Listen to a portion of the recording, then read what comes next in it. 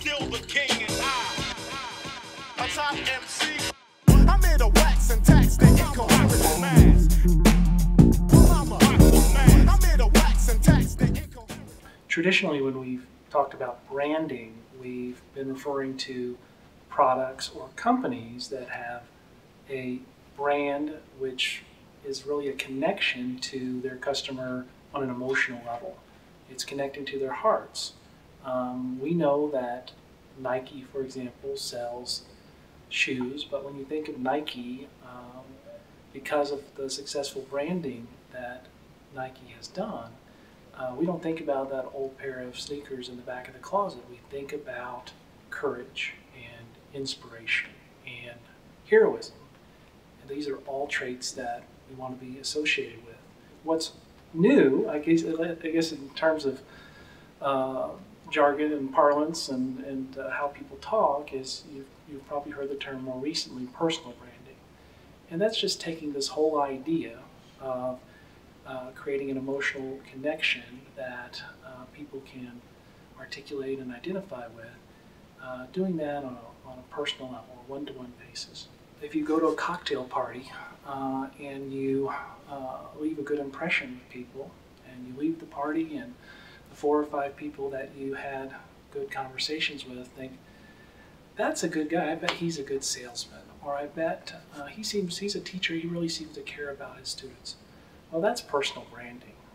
You might think of it as just being yourself, but being yourself is a big part of what personal branding is.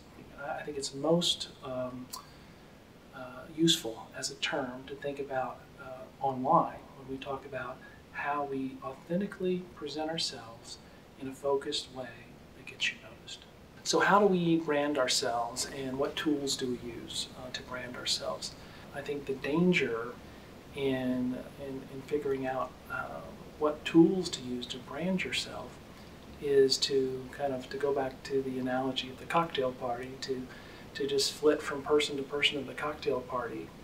And so you're there for 2 hours and no one even remembers your name when you left because you didn't spend enough time. That can carry over in a negative way in terms of how you present yourself online. The tools are, all the websites, social sites online that you can be part of or create, but I think the key is to focus in on the handful of tools that are going to be of greatest benefit to you.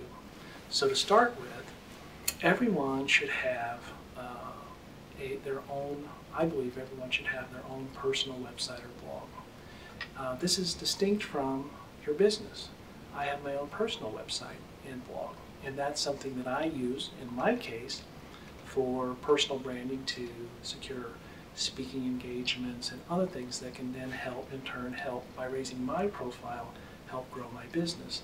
I wouldn't be able to do that as effectively if I tried to do it through my company website. It's important to also have a LinkedIn presence, a Facebook presence, a Twitter presence, and a Google Plus presence. So those are the 4 big third-party platforms that you should have a presence on all of those, in addition to having your own website or blog. And I think if you have those 5 touch points online as a starting point and focus on really building those up and updating them on a regular basis, that's a much better way to go than to just do a little bit of everything and a lot of nothing.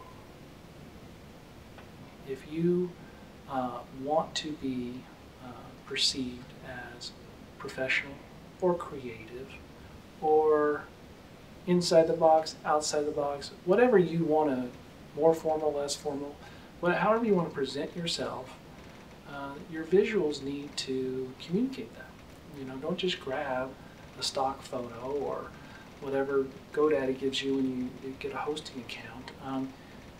There are so many beautiful, well-constructed WordPress templates out there, for example.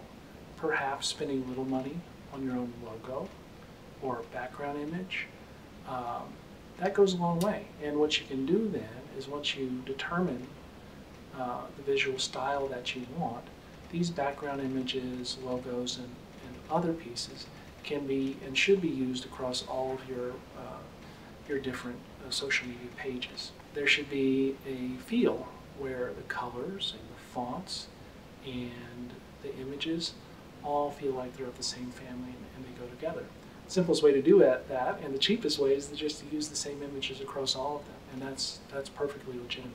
But part of establishing a brand is not only communicating who you are, but communicating it in the most direct and consistent way you can.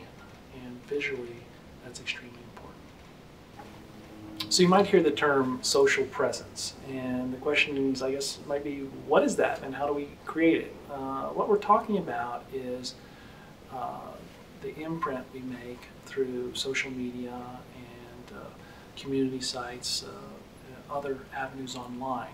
Just being there and having your bio there and your picture isn't enough. You need to be participating.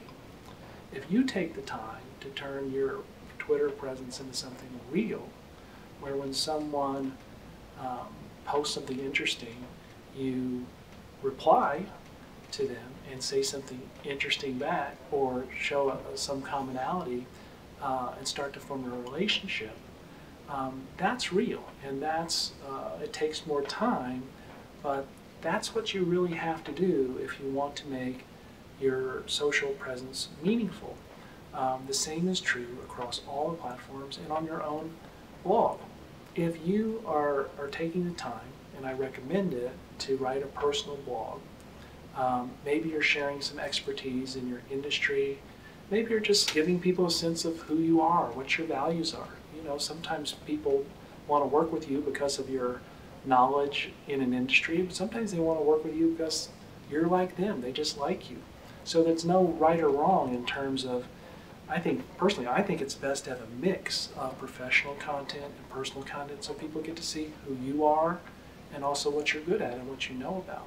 But the key is, you don't just publish this stuff and not engage with the audience that you're lucky to have. If people come and find your content and post a comment on it, you comment back. But you don't only comment back. Go find out who that person is. Often there's a link back to their blog. Read their blog. Comment on their blog. If you don't do that and make the commitment to do that and build relationships that way, your success is going to be fleeting. The person who came and visited your blog and took the time to read it and comment on it, if you don't value that by reciprocating, you're not going to be successful at building relationships and building an audience. And that's what building true personal branding and a true social presence is all about. So how do we manage our personal brand on social? I guess from what I just said, it sounds a little time consuming, but if you're smart about how you use your time, it's manageable, and I think you'll find it can be very rewarding, both from a personal and business standpoint. You start by having a strong, relevant follower base on your social media presences. In other words, when you're on Twitter, identify individuals who represent the kinds of people that you would like to know more about you. Follow them, comment on their tweets, and eventually you'll build up a relevant follower base that is worth spending the time to nurture and communicate with. If you do the research on the front end to build the right kind of audience and have tools that make managing your presence easier, it doesn't have to be that time consuming. Yeah, you're adding to the interactions you have over the course of the day by adding social. But I think for most people who have to sell something, most people in business, you want more relevant interactions, not fewer. And if you're smart about how you manage them, I think you can build social into your regular routine. So my company is called Idea Grove.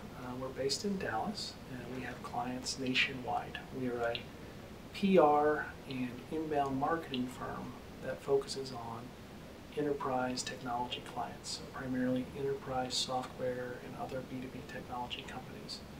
And so the kinds of things that I've described here to advance your personal brand and your personal presence online, we use a lot of these same techniques and variations thereof to help our clients improve their online visibility and to capture engagement with their audiences and ultimately leads and customers.